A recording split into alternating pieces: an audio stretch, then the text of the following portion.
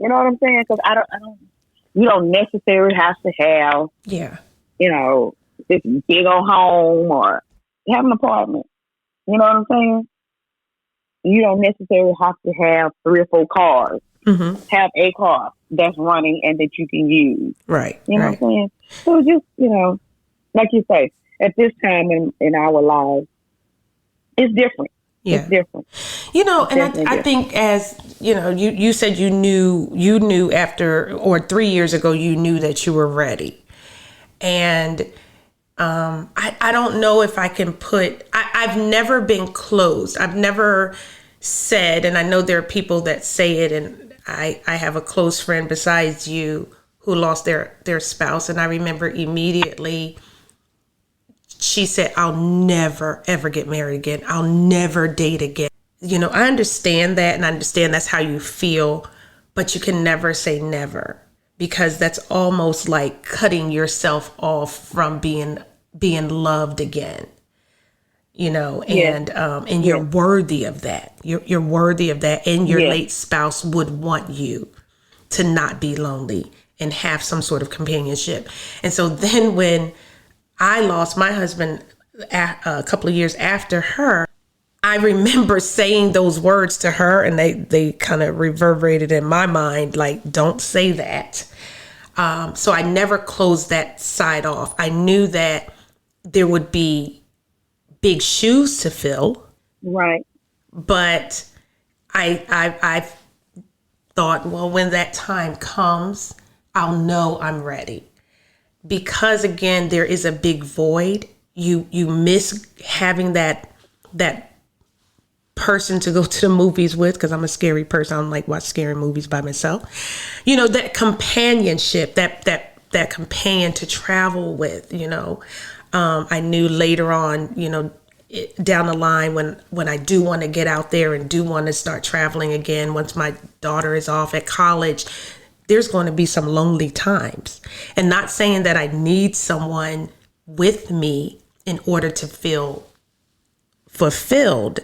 I would like someone to be with me during that time. That's the difference. Right? Because that companionship, that camaraderie, that conversation is, when you have a beautiful relationship or a great relationship, that void is huge. So, Yes, it is.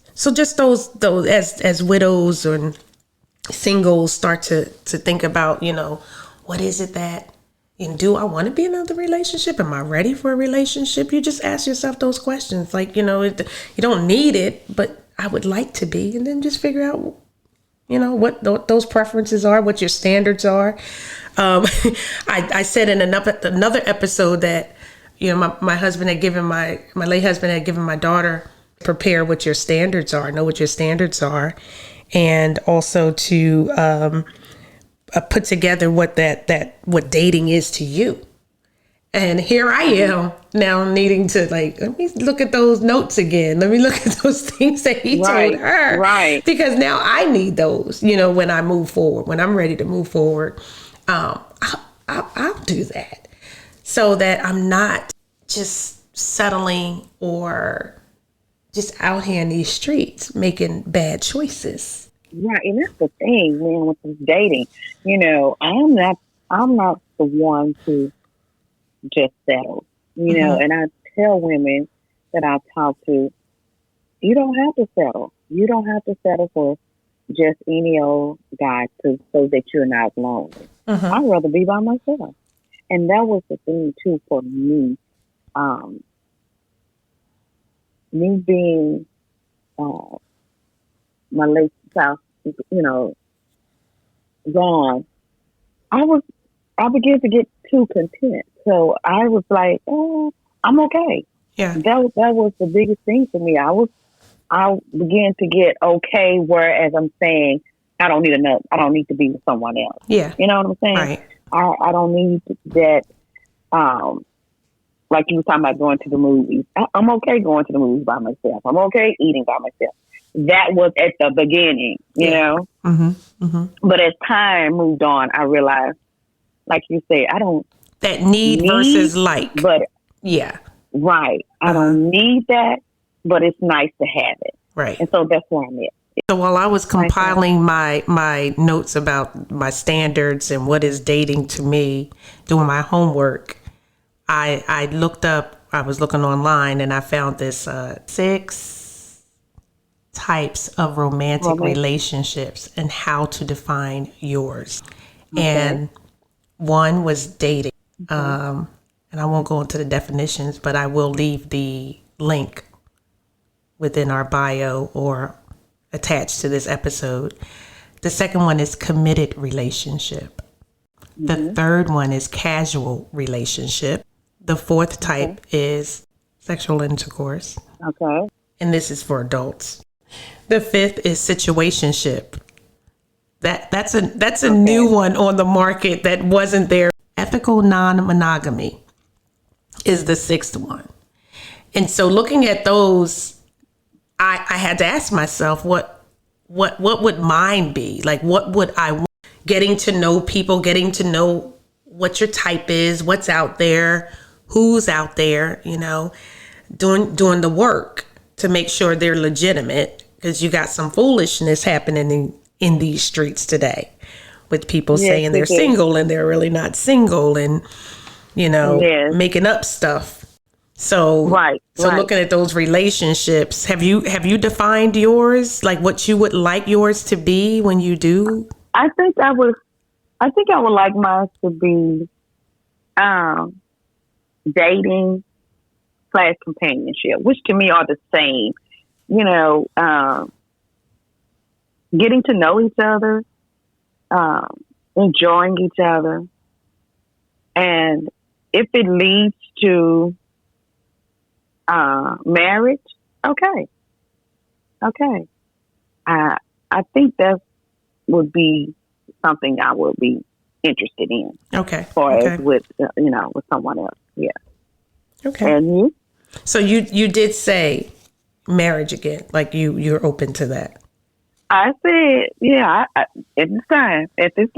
Yes, I do. You don't want to be like Oprah. You don't want to be like Oprah and Stedman, because you do remind me of Oprah. But you don't want to be like Oprah and Stedman. I like that. I do. I like Oprah and Stedman because they're married. They just don't have the legal papers. We don't know whether or not they have the legal papers. Right. And see, that's the thing too. Where I've shifted. I definitely have shifted. And I do think it has to do with because I was happily married. Yeah. That I don't necessarily have to be married again. At first I thought, yes I do. When I think about it, at this moment, no, I don't. Okay. I don't. As long as we committed to each other, and enjoying each other, and being transparent with each other, let's make it happen. Let's make it. Okay. But that's where I'm at now. You never know. So 5 years from now, I'll be like, oh no. So they have different ways that you can. Now they have different ways that you can meet people. You have these online sites. You have the Match.com. You have the Christian Single, Black People Meet, Silver Single for people 55 and up, I believe it. Would you ever consider that? No, because I know a couple of people who have successful marriages, or I say successful. I don't what do we define as successful, but they met their mate on one of these online sites.